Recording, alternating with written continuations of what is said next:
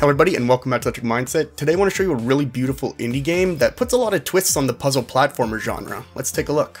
The graphic settings here may be bare, but holy crap, what an options menu. There are so many awesome little things here. You have a speedrun mode, a game speed setting to change the pace if you need it, multiple aim modes, and more. I'm really happy with the options available to people, especially in terms of accessibility. I know I mentioned menus a lot, but this one was actually different somehow. When I came up to the title screen, I just sat there enjoying it for honestly a good 5 minutes. The music and the setting introduced to you in the first 5 seconds is staggering. I can't remember the last time a title screen caused me to take a real pause. Once I got into the game, I was even more leveled by the art. I'm amazed I had never heard of this game before I was approached with it. I find the impact of the beginning hard to put into words for me. It's just a really well designed first 15 minutes. The game has you playing as a small soul named Key. You're in the afterlife and trying to make your way to something called Evergate to return to Earth. Shortly after finding the gate, something unexpected happens, and instead of being sent back to Earth, you're presented a book of memories. This type of thing is apparently never given to a lost soul, and it appears to let you go through various people's memories. This kicks off the mystery of who these memories belong to,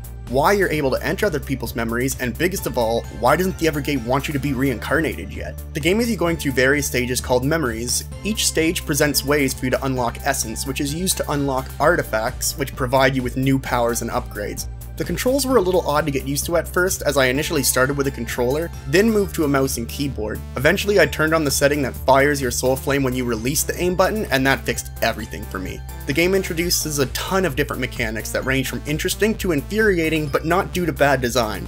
I can't really find a better way to say it than to say that Stone Lantern Games has really added a lot of innovation to the genre. The use of your soul flame feels smooth, but you also have to be responsive if you want to live to use it. Like I mentioned earlier, you can activate a speedrunning mode to keep an eye on the time. You can also enable things like invincibility if you really just want to relax and enjoy the incredible art. Like I've already mentioned before, the art is absolutely fantastic. I want to start though by explaining something that I know I have talked about before, because you'll see it used amazingly here as well. That is the common use of parallax effects in side-scrolling games.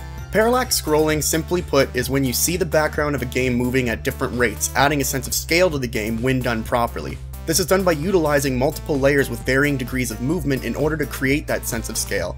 Evergate has some really beautiful parallax scrolling at work throughout the entire game. The atmosphere set by the art is so dreamlike that it's hard to believe you aren't really venturing through memories. Obviously that's a bit of an exaggeration, but I'm just a massive fan of the art here. The game looks unlike anything I have ever seen before, and after 29 years of gaming, that's a really nice thing to say. This whole experience was made better by the fact that I didn't experience any crashes while playing. The sound design matches the dreamy environments too, by almost swaying in and out like waves. Sometimes it is soft pan flutes and the gentle plucking of strings, and other times it is really dreamy pads floating you along. The movements all sound great, and there was nothing that stood out to me as off. If you haven't been able to tell, I would really recommend this game to fans of puzzle platformers with a decent amount of challenge. While there are a lot of accessibility options, the game definitely is meant to be a certain degree of a challenge, but with that said, I do think the art and music would be enjoyable by anybody. The game is $11.50 Canadian, and for that price you get a lot of game to enjoy with over 80 stages available to you. I personally feel the game was worth it simply because of how much I really enjoyed the look and feel of the game. It sort of reminded me of Celeste in a very small way. As always, I want to thank the developers Stone Lantern Games and the Indie Game Collective for enabling me to show this game to you. I went back to the game again and again after finishing it, and it's just so good. Well, that's what I wanted to show, and if you enjoyed the video, it would really be helping me to support more developers if you like and subscribe for more content from me. Thanks for being here, and I'll see you next time. Cheers!